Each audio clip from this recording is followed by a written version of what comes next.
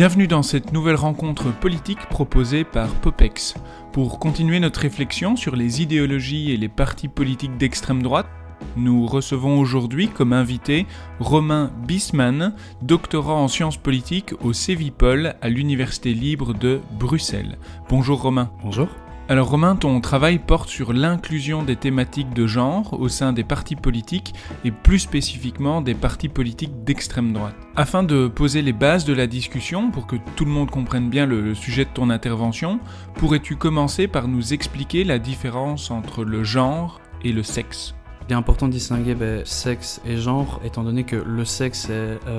l'assignation que l'on va nous attribuer à la naissance, et le genre est performatif, c'est l'identité dans laquelle on va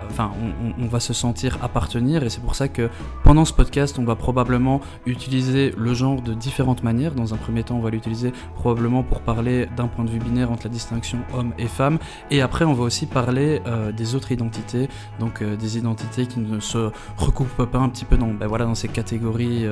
hétéronormées propres et qui sont, comme dirait Judith Butler, qui mènent au trouble. Historiquement, le cœur idéologique des partis politiques d'extrême droite, c'est la question de l'identité. L'identité raciale, l'identité ethnique, l'identité nationale. Comment est-ce que les partis politiques d'extrême droite se positionnent-ils par rapport aux identités individuelles ? Ces différents enjeux, ces différentes thématiques qui appellent d'une certaine manière à une émancipation sociale, à une transformation sociale, vont mettre à mal les programmes et les idéaux des partis d'extrême droite, vont s'opposer d'une certaine manière à leur vision de la société, étant donné qu'ils défendent une vision identitaire, conservatrice et profondément masculiniste. Et au fil des dernières décennies, avec les différentes questions sociales liées à l'égalité homme-femme, aux droits des femmes, à l'égalité de genre envers les minorités sexuelles, les personnes non hétéronormées, ainsi de suite, tous ces enjeux-là vont inciter les partis d'extrême droite à s'opposer à ceci, étant donné qu'ils ne rentrent pas dans leur perception de la société, du projet politique qu'ils souhaitent mener. Tu as parlé de masculinisme. Quelle est la vision de l'homme et quelle est la vision de la femme dans l'idéologie d'extrême droite ? La posture traditionnelle de l'extrême droite par rapport aux divisions de genre entre hommes et femmes, et notamment d'un point de vue du travail, va considérer l'homme comme étant celui qui va aller travailler et la femme qui va occuper notamment les tâches domestiques et ainsi de suite. C'est des postures qui historiquement n'étaient pas propres aux partis d'extrême droite, qui étaient partagés par une société conservatrice, qui ont été modernisées au sein de nombreuses perspectives de partis politiques, mais que l'extrême droite, historiquement, a encore défendu cette idée de distinction entre l'homme et la femme et des tâches différentes, et d'une certaine manière une sorte d'inégalité entre le genre masculin et le genre féminin autour de la participation à la citoyenneté, à la vie professionnelle et à la vie au sein du ménage. Pour résumer, en fait, un peu simplement, les hommes au travail, les femmes à la maison, et elles doivent s'occuper des enfants. C'est ça, tout à fait. Il y a une distinction binaire claire qui est défendue historiquement par l'extrême droite entre les tâches, que ça soit dans le domaine, dans le registre du privé, dans le registre du public, qu'occupent les hommes et les femmes, et donc à savoir que l'homme va avoir cette tâche de venir chercher l'argent, travailler, ainsi de suite, faire vivre le ménage, tandis que la femme ne va pas prendre part à cette dimension publique, va rester dans le domaine du privé et occuper les différentes tâches domestiques. Historiquement, ce sont davantage les hommes qui votaient pour l'extrême droite. Aujourd'hui, nous pouvons observer une évolution, notamment en France, depuis l'accession à la présidence de Marine Le Pen au Rassemblement national. Et il y a de plus en plus de femmes qui votent pour ces partis, mais aussi en interne qui occupent des fonctions de direction. Je pense bien sûr donc à Marine Le Pen au Rassemblement national, mais aussi à Alice Weidel pour l'AfD, l'Alternative für Deutschland. Comment expliques-tu ces évolutions ? Alors oui, historiquement, lorsque les femmes ont commencé à acquérir le droit de vote, il y a eu différentes réalités où d'un côté, les femmes allaient voter comme leur mari, leur compagnon, et puis c'est distingué à travers les transformations sociales, des comportements politiques propres aux femmes, et on a vu une distinction émerger. Il y a différentes théories au sein de la littérature sur les comportements électoraux qui permettaient d'expliquer ce gap genré entre les hommes qui voteraient plus en faveur de partis d'extrême droite que de femmes, notamment au regard de la dimension éventuellement autoritaire, alors que les femmes auraient eu des perspectives plus universalistes, égalitaristes, et auraient rejeté d'une certaine manière les idées de l'extrême droite et se seraient retournées vers d'autres partis. Ça a été une théorie qui a été défendue pas mal de temps dans la littérature sur les comportements électoraux, mais qui aujourd'hui se voit un petit peu être contredite par les dernières élections depuis 2000. Par exemple, Nona Mayer constate une érosion de ce gap genré qu'il existerait entre les hommes et les femmes, et on a même dans certains cas plus de femmes qui votent que d'hommes pour des partis d'extrême droite. Et donc aujourd'hui il est difficile de maintenir cette idée qu'il y aurait un gap genré autour du vote entre hommes et femmes. Après, une fois de plus, c'est très contextuel et ça varie aussi en fonction des contextes nationaux. Et quelles seraient les implications ? Il y en a plusieurs. Il y a déjà notamment la féminisation du personnel des partis ou même de leurs leaders, à savoir le cas du Rassemblement national avec Marine Le Pen, qui a été présidente du parti et qui occupe encore aujourd'hui une place de premier plan. On a aussi Giorgia Meloni en Italie. On a du coup une féminisation du personnel politique des partis d'extrême droite qui pourrait expliquer cela, une représentation descriptive qui permettrait de s'identifier plus aisément à ces leaders politiques. On a aussi une transformation du discours, à savoir que les différentes postures très masculinistes, ouvertement xénophobes et ainsi de suite, qui auraient pu refroidir le vote de certaines femmes pour des partis d'extrême droite, a vu ces discours-là ont été modifiés. On a eu un lissage du discours, une dédiabolisation d'une certaine manière, un discours plus mainstream, qui s'est normalisé, qui s'est rapproché de la norme, ou inversement un discours dans le reste de la société qui s'est radicalisé, mais qui fait que le discours d'extrême droite devient la norme. Donc c'est moins problématique aujourd'hui de voter extrême droite. Et aussi on a l'inclusion dans les discours des partis d'extrême droite d'enjeux qui touchent les femmes. Il y a un appel en fait au vote féminin, il y a une mobilisation des femmes dans les programmes d'extrême droite, notamment autour d'enjeux sécuritaires, anti-migratoires et ainsi de suite, qui pourraient expliquer aussi que certaines femmes se sentent attirées par un vote à l'extrême droite. As-tu des exemples d'enjeux sécuritaires ?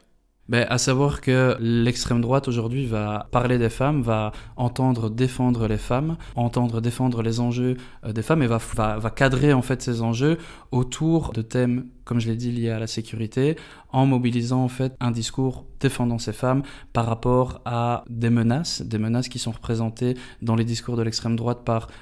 l'autre, l'étranger, le musulman, la femme voilée, et tout cet imaginaire-là, toutes ces symboliques-là vont permettre du coup à l'extrême droite de construire ce discours, de dire aujourd'hui nous entendons défendre les femmes d'une menace à leurs droits, à leur liberté, ainsi de suite, va donc dans un même temps consacrer le droit des femmes, la liberté de pouvoir s'habiller comme elles le souhaitent, la liberté de pouvoir vivre comme elles le souhaitent au sein de la société, parce que celle-ci en fait serait menacée par des corps externes au corps national,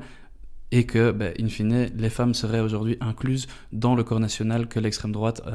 souhaiterait défendre. Alors, tu l'as dit également, il y a de plus en plus de femmes qui occupent des fonctions au sein de ces partis, mais par leur action, ne remettent-elles pas en cause le discours d'extrême droite expliquant qu'elles devraient rester à la maison ? Ou ne cassent-elles pas les codes autoritaires de ces partis ? Oui et non, on va dire que les personnalités femmes vont essayer de surfer entre d'un côté leur féminité ou même les caractéristiques qu'on identifie aux femmes, la caractéristique de mère, de protectrice et de bienveillante, et de l'autre côté aussi développer un discours qui a, si on parle d'éléments genrés, qui aurait été aussi proprement lié en fait à un discours de leader masculin, autoritaire, et qui fait en fait que ces leaders, elles sont femmes, certes, elles dégagent une image qui peuvent leur permettre de présenter le parti comme modernisé, réformé, féminisé, mais vont quand même toujours utiliser des registres discursifs similaires en fait aux anciens leaders masculins et aux leaders masculins contemporains. À quoi penses-tu par exemple ? Des discours anti-migration, où aujourd'hui en fait on va avoir l'inclusion de la question féminine qui va être portée par celle-ci, et donc il va peut-être y avoir une réception du discours plus large et augmentée, mais va toujours avoir en fait un discours qui sera foncièrement xénophobe, que ça soit de manière explicite ou latente. Alors ça me permet d'enchaîner sur un autre thème, le fémonationalisme. Comment pourrais-tu le définir ? Alors le fémonationalisme qui a été conceptualisé par Sarah Faris, en fait en tant que une multitude d'acteurs, pas que des partis d'extrême droite, mais aussi des partis néolibéraux et d'autres acteurs de la société qui n'incluaient pas en fait les femmes au sein du peuple à défendre, seraient aujourd'hui incluses au sein de ce peuple-là. Et pourquoi? En réponse en fait à une prétendue menace que représenterait l'islam et l'immigration. Et plus spécifiquement, dans le cas des partis d'extrême droite, on va le voir comme je l'ai dit précédemment, dans cette stratégie vraiment de s'approprier en fait certains enjeux qu'on lirait en fait aux droits des femmes pour essayer en fait vulgairement dit, de taper en fait sur l'étranger, sur le musulman et de refuser en fait une posture plus universaliste, plus multiculturaliste en disant que voilà, aujourd'hui notre société, le corps national, le peuple français, le peuple belge, la civilisation judéo-chrétienne européenne est menacée par ces individus qui viennent avec des normes des normes et des valeurs qui ne sont pas les nôtres, et ces normes et valeurs vont mettre à mal les femmes. Peut-on dire dans ce cas que le fémonationalisme, c'est une instrumentalisation des luttes pour les femmes et contre l'islam? D'une certaine manière, et ça prend aussi une partie des luttes, ça sous-entend défendre les luttes, mais c'est pas pour autant que les partis d'extrême droite vont se considérer ou vont se labelliser comme étant des partis féministes. Au contraire, ils vont considérer que les mouvements féministes ou les partis qui prétendent avoir des postures plus féministes et intersectionnelles ne permettent pas aujourd'hui en fait de défendre les femmes face à ces menaces-là. Elles ne défendent pas clairement les intérêts des femmes, à savoir le droit de vivre comme elles souhaiteraient être et de pouvoir exprimer librement leur identité de femme, que ça soit dans l'espace public, dans l'espace privé, et ainsi de suite. Une identité qui est donc toujours très cadrée sur les normes traditionnelles. Sur un aspect traditionnel aussi, mais qui, dans certains cas, va inclure aussi certaines dimensions plus modernes, à savoir que si on se retrouve dans le contexte français, par exemple, ou dans le contexte hollandais, où on a des partis qui sont clairement identifiés comme fémonationalistes, on va avoir en fait l'inclusion de questions comme l'avortement, qui historiquement ont vu une opposition forte de ces partis-là, comme d'une certaine manière incluses et consacrées comme des droits des femmes, car sociétalement et stratégiquement aussi, ces partis n'auraient rien à gagner qu'à se reopposer aujourd'hui explicitement par rapport à ces enjeux-là, étant donné qu'ils font assez consensus au sein de la population et même au sein des strates, on va dire, les plus conservatrices de la population. Une fois de plus, ces éléments plus modernes dans la défense des droits des femmes, comme certains enjeux éthiques, vont varier aussi en fonction des contextes nationaux et des contextes dans lesquels on se trouve. Si par exemple on parle brièvement du cas américain, là on se retrouve aussi avec les acteurs les plus à l'extrême droite des républicains qui vont ouvertement en fait s'opposer au droit à l'avortement. Alors qu'ici, par exemple, oui, aux Pays-Bas, dire qu'on souhaiterait revenir en arrière sur l'avortement, ça serait tirer une balle dans le pied pour ces partis-là.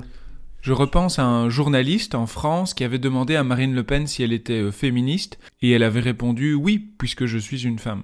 Essayer de surfer entre un prétendu...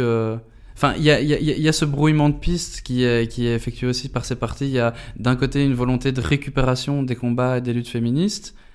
parfois en se disant explicitement féministe, mais parfois aussi en se distinguant ouvertement des féministes. Par exemple, si on prend le cas de Vox en Espagne, qui aussi utilise des stratégies similaires au discours de certains élus du Rassemblement national pour consacrer le droit des femmes, ils vont considérer que le féminisme se trompe totalement, que le féminisme est teinté de gauche, de wokisme, qu'il ne répond pas vraiment aux priorités des femmes et que les femmes souhaitent être défendues autrement que par les combats féministes. Et c'est quoi alors le féminisme pour eux ? Des droits uniquement politiques, comme le fait d'aller voter, par exemple ?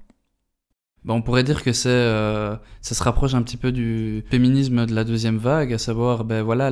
l'égalité homme-femme d'un point de vue aussi professionnel, d'un point de vue égalitaire, mais qui n'ira pas plus loin et qui ne pensera pas, par exemple... Une fois de plus, en fonction des contextes, inclura ou non les droits reproductifs et sexuels, inclura ou non les questions plus inclusives, qui vont bien plus loin que la simple égalité de droits des hommes et des femmes. Ça va un petit peu varier en fonction des contextes dans lesquels on se situe, oui. Il y a un autre terme qui apparaît dans les discussions, dans les débats, c'est l'homonationalisme. Est-ce que c'est un petit peu comme le fémonationalisme, c'est-à-dire une forme d'instrumentalisation? Oui, on peut dire ça. Du coup, Jasbir Puar, qui aussi dans une lignée similaire à celle de Sarah Faris, a conceptualisé cette idée que des acteurs politiques divers, pas seulement d'extrême droite, qui n'incluaient pas en fait les personnes lesbiennes, gays et bisexuelles dans le corps national qu'il fallait défendre, sont aujourd'hui défendus aussi en réponse aux challenges et prétendues menaces que représenteraient en fait l'islam et la migration. Et on va voir des partis, une fois de plus, usual suspect, le Rassemblement National, Partij voor de Vrijheid aux Pays-Bas et Geert Wilders, aussi le Vlaams Belang, en fait, utiliser un discours qui va mobiliser les droits des personnes LGB par rapport, LGB, mais parfois ils vont utiliser LGBTQIA+, mais je vais revenir sur la nuance, par rapport aux menaces que représenteraient en fait les musulmans ou la migration sur leurs droits et les acquis, les victoires obtenues, notamment sur les questions éthiques ces dernières années. Par exemple, le Vlaams Belang, j'ai parcouru un petit peu leur manifeste de parti, ne vont faire aucunement référence aux personnes LGBTQIA+, hormis dans une opposition avec le wokisme, on reviendra là-dessus après, mais dans leur discours, par exemple, si on scrute un petit peu leurs réseaux sociaux, ils vont entendre défendre les personnes LGBTQIA+, à des moments où, imaginons, il y a eu un crime homophobe dans un quartier populaire de Bruxelles. Ça va toujours être en lien, en fait, avec la migration, avec l'islam, avec des questions sécuritaires. Tout à l'heure, tu m'expliquais qu'il y avait une subtilité dans leur discours entre LGB et LGBTQIA+. Oui, pour utiliser une métaphore, on pourrait dire que l'extrême droite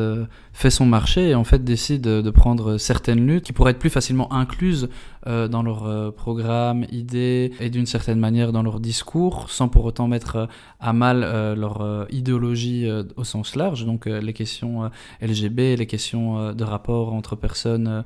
qui s'identifient à un genre similaire. Et de l'autre côté, les questions liées aux personnes trans, les questions liées à la non-binarité, aux autres genres en fait qui sortent des catégories hommes-femmes, ça remet fondamentalement en fait en question la vision de la société de l'extrême droite, qui est une vision dichotomique. Il y a des hommes, il y a des femmes et il n'y a rien d'autre, et ces rapports doivent être pensés sous ce prisme-là, et c'est pour ça que ils vont aussi, au niveau des personnes transgenres, parler des personnes trans comme étant des personnes souffrant de pathologies. Ils vont pathologiser ces personnes-là. Ils vont aujourd'hui défendre l'idée d'investir dans les traitements liés à la dysphorie de genre, à savoir qu'on voit ces personnes comme étant des personnes malades, des personnes qui souffrent, et on essaye en fait in fine, via notre posture à nous, de leur assigner, comme ils le disent, un sexe, donc un sexe biologique, le sexe homme et le sexe femme. Et c'est ça, en fait, leur vision. Ils vont considérer le sexe comme étant intimement lié à l'identité de genre. Ils vont pas voir la différence. Et c'est pour ça qu'en fait, toutes les questions liées à l'identité de genre et qui troublent le genre ne vont pas être prises en compte par ces derniers, car celles-ci, en fait, remettent complètement en question leur conception de la société. Et donc, si nous observons une évolution des discours, les idéologies structurantes de l'extrême droite demeurent identiques. Voilà, c'est ça, l'idéologie structurante reste la même. On inclut certaines strates de la population en plus dans le corps national à défendre, tout en ne mettant pas à mal notre vision de l'homme et de la femme, qui sont présentés non comme des êtres égaux, mais comme des êtres complémentaires qui ont des tâches différentes au sein de la société à effectuer, et il n'y a que les hommes et les femmes. À présent, si nous quittons le champ des discours, quels actes posent ces partis d'extrême droite vis-à-vis des minorités, des communautés et droits LGBTQIA+. Par exemple, est-ce qu'ils déposent des projets de loi au sein des institutions ? À ma connaissance,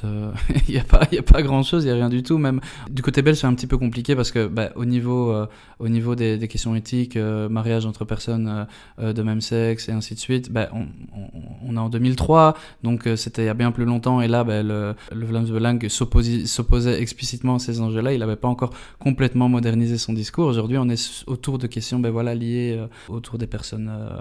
des personnes transgenres, à des questions bien plus avancées où le Vlaams Belang ne va in fine pas soutenir ces questions-là. Si je me trompe pas, par exemple, la loi sur l'interdiction des thérapies de conversion qui a été votée en 2023, le Vlaams-Belang s'est, si je ne me trompe pas, abstenu. On se mouille pas, on va avoir un discours et on va le mobiliser toujours avec cette perspective de, on va dire, intersectionnelle d'extrême droite, de lier questions migratoires, sécuritaires, en lien avec l'islam, mais on va pas foncièrement essayer de légiférer en faveur de ces personnes-là. Et au contraire, si on regarde les contextes où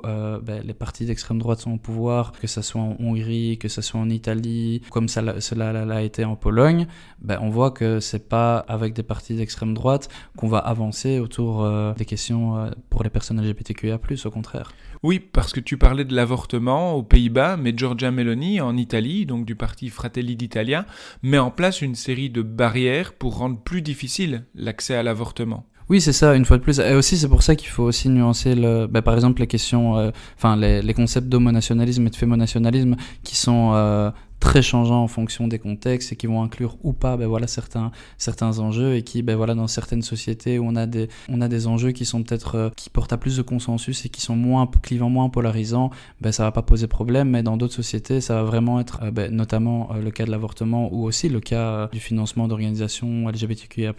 le maintien de cours relatifs à la vie affective, relationnelle et sexuelle vont voir plus d'opposition de certains partis d'extrême droite. Oui, parce que je voudrais revenir là-dessus, mais quand l'extrême droite arrive au pouvoir, que ce soit en Italie, en Pologne ou en Hongrie, il y a de vraies attaques contre les minorités. Tout à fait. En Pologne, avec Kaczynski, le gouvernement précédent, maintenant ils ont changé, ce n'est plus l'extrême droite au pouvoir. Il y avait eu cette idée de mettre en place des LGBT free zones, donc des espaces, des territoires qui seraient libres de toute idéologie ou personne LGBT, donc d'exclure d'une certaine manière, même physiquement, de manière discursive, mais aussi de manière physique, en fait, l'existence de personnes LGBT. En Hongrie, on a la société civile en lien avec les questions LGBTQIA+, mais aussi sur d'autres registres un peu plus progressistes, mais c'est vu littéralement couper toutes les valves, toutes les possibilités de soutien. Elle a été mise au tapis. On a aussi l'université d'Europe centrale à Budapest qui a dû déplacer ses cours à Vienne. En Italie, on voit qu'il y a une volonté explicite de mettre à mal toutes les politiques d'égalité envers les personnes LGBTQIA+, mais aussi sur certains droits des femmes. En Espagne, on a un retour en arrière dans certaines communautés où Vox, donc le parti d'extrême droite espagnol, était au pouvoir avec le Parti populaire autour des questions notamment des droits LGBTQIA+. On voit vraiment que là où gouvernent les partis d'extrême droite, où ils ont vraiment une main sur les politiques publiques, on voit qu'il y a des retours en arrière autour de ces questions-là, autour de ces enjeux-là. Je pense que plus proche de chez nous, que ce soit en Belgique ou en France, on est peut-être encore loin du moment. On a des idées d'extrême droite qui sont véhiculées dans d'autres partis que les partis d'extrême droite, que le Rassemblement national ou le VB, mais ce ne sont pas des partis d'extrême droite in fine. Et si les partis d'extrême droite arrivaient au pouvoir, le Rassemblement national, le VB, demain, mais qu'est-ce qui nous garantirait en fait que ces droits-là seraient aussi garantis et consacrés comme le laissent présager certains de leurs discours ? Il y a aussi une ouverture de la parole homophobe et transphobe, mais aussi des attaques physiques contre certaines personnes. Oui, c'est en termes là si on élargit, si on concentre la focale vraiment au niveau très micro, on voit que il y a plein d'éléments qui sont problématiques, que ce soit des violences symboliques ou physiques, clairement homophobes. En Belgique, on a aussi eu le cas de Dries Van Langenhove qui a eu des propos homophobes, qui a arraché des drapeaux arc-en-ciel et qui était toujours lié au Vlaams-Belang. On voit que ces questions-là, malgré une prétendue modernisation, posent toujours problème aussi. Il y a plein d'individus qui brouillent le discours, qui ont toujours des postures ouvertement homophobes, transphobes. Il y a pas si longtemps que ça aux Pays-Bas aussi, on avait Geert Wilders le PVV, parti extrême droite néerlandais, est souvent pris un peu comme l'exemple du parti d'extrême droite modernisé, dédiabolisé, a tenu aussi des propos ouvertement transphobes par rapport à certaines politiques de communication des sociétés de transport néerlandaises, plus inclusives, effacer d'une certaine manière le genre dans les annonces. C'est ouvertement de la folie trans, c'est de l'idéologie de genre, ainsi de suite, et va utiliser des éléments discursifs clairement transphobes pour s'opposer à certaines de ces politiques-là, oui. Comme tu le dis, il y a aussi de la part de certains partis une dénonciation d'une prétendue, entre guillemets, idéologie de genre provenant des universités ou de la gauche. Alors, l'idéologie de genre, en fait, c'est une appropriation, voilà, de partis d'extrême droite, mais d'autres acteurs, en fait, pro-vie, pro-famille, de certains acteurs conservateurs religieux, qui vont, en fait, autour de cette question, enfin, de l'idéologie de genre qui, in fine, est insignifiant vide, qui ne signifie rien du tout, va permettre, en fait, la mobilisation et la convergence de beaucoup d'acteurs, en fait, qui vont s'opposer à toute une série de politiques, droits reproductifs et sexuels, cours d'éducation, politiques liées aux personnes LGBTQIA+, et ainsi de suite. Et en fait, toute volonté, toute politique progressiste en lien avec une modernisation des postures, en lien avec ces différents domaines-là, va être délégitimée par ces acteurs en disant c'est de l'idéologie de genre, c'est une idéologie totalitaire. On essaie d'imposer aux citoyens lambda en fait des politiques qui sont ouvertement totalitaires, qui vont mettre à mal en fait les structures traditionnelles, familiales, la famille hétéronormée, et ainsi de suite. On essaye de tout brouiller, on essaye de détruire en fait toute structure de la famille, mais aussi de l'État, et on essaie de mettre à mal en fait notre société. Ils vont, à travers cette idéologie de genre, utiliser cette panique morale d'essayer de faire peur aux gens, et en disant que toute évolution législative ou progressiste en lien avec les questions d'égalité va détruire la société comme on la connaît, le quotidien de monsieur et madame tout le monde. Tu parles de tous ces sujets et nous en arrivons à ce fameux mot, le wokisme, ou la dénonciation des mouvements woke, mais qui n'est pas le propre de l'extrême droite. Comment, toi, tu analyses la question du wokisme et plus spécifiquement de l'anti-wokisme ? L'anti-wokisme est cette idée qu'il y aurait en fait un wokisme qui existerait, donc wokisme qui serait une convergence de différentes luttes pour transformer la société, que ce soit au niveau des questions de genre et d'égalité, mais aussi au niveau de l'antiracisme, au niveau de la décolonisation, la transformation de la langue française, ainsi de suite, que en fait il y aurait une sorte d'homme de paille qui rassemblerait tous ces enjeux-là, qui essayerait de transformer la société, et qu'il faudrait en fait lutter pour maintenir en fait notre société comme elle est aujourd'hui, parce que avec un cadrage discursif un peu similaire à l'idéologie de genre et ainsi de suite, on va se dire tiens, en fait on essaye de reformater, de déconstruire, de détruire un petit peu la société qu'on connaît aujourd'hui, de culpabiliser toujours les mêmes personnes, l'homme blanc, cis. L'anti-wokisme c'est très complexe parce qu'il est aussi mobilisé de manière différente en fonction de quel acteur le mobilise, comme tu l'as dit précédemment, ça peut aussi être des acteurs de la gauche intellectuelle française, la droite libérale belge, francophone, ça peut être beaucoup d'acteurs, et on va essayer vraiment de présenter toute évolution progressiste qui remettrait en fait en question les perspectives un petit peu plus traditionnelles qu'on partage aujourd'hui sur de nombreuses questions, que ce soit les questions de lutte contre la discrimination, les questions de décolonisation de l'espace public, les questions des droits des personnes LGBTQIA+, comme vraiment une tentative de plein d'acteurs en fait unis de détruire un petit peu notre société. Et d'une certaine manière, ça permet aussi aux personnes qui s'opposent à l'évolution législative autour des questions décoloniales, questions de genrer de manière plus égalitaire l'espace public, et ainsi de suite, de trouver un point de convergence et de s'opposer toute une série d'ennemis sous le même nom, et de pouvoir être en mesure de dire le wokisme est dangereux, le wokisme nous menace, le wokisme va nous mettre à mal. En Belgique, Nadia Geerts a rédigé un ouvrage sur le wokisme, Bart de Wever également. Est-ce qu'il s'agit là d'un discours d'extrême droite qui va être mobilisé ou récupéré, transféré à d'autres partis et à d'autres courants de pensée, ou n'est-ce pas plutôt un débat conservateur contre progressiste ? C'est très compliqué parce que même aujourd'hui, par exemple, si on reste sur la question du wokisme, le wokisme est arrivé en Belgique initialement issu des États-Unis, réceptionné en Angleterre, amené en France et diffusé chez nous par différents acteurs, mais différents acteurs, notamment des penseurs universalistes de gauche. Et donc, en fait, le wokisme, ce signifiant vide, va aussi permettre, en fait, à d'autres acteurs, même que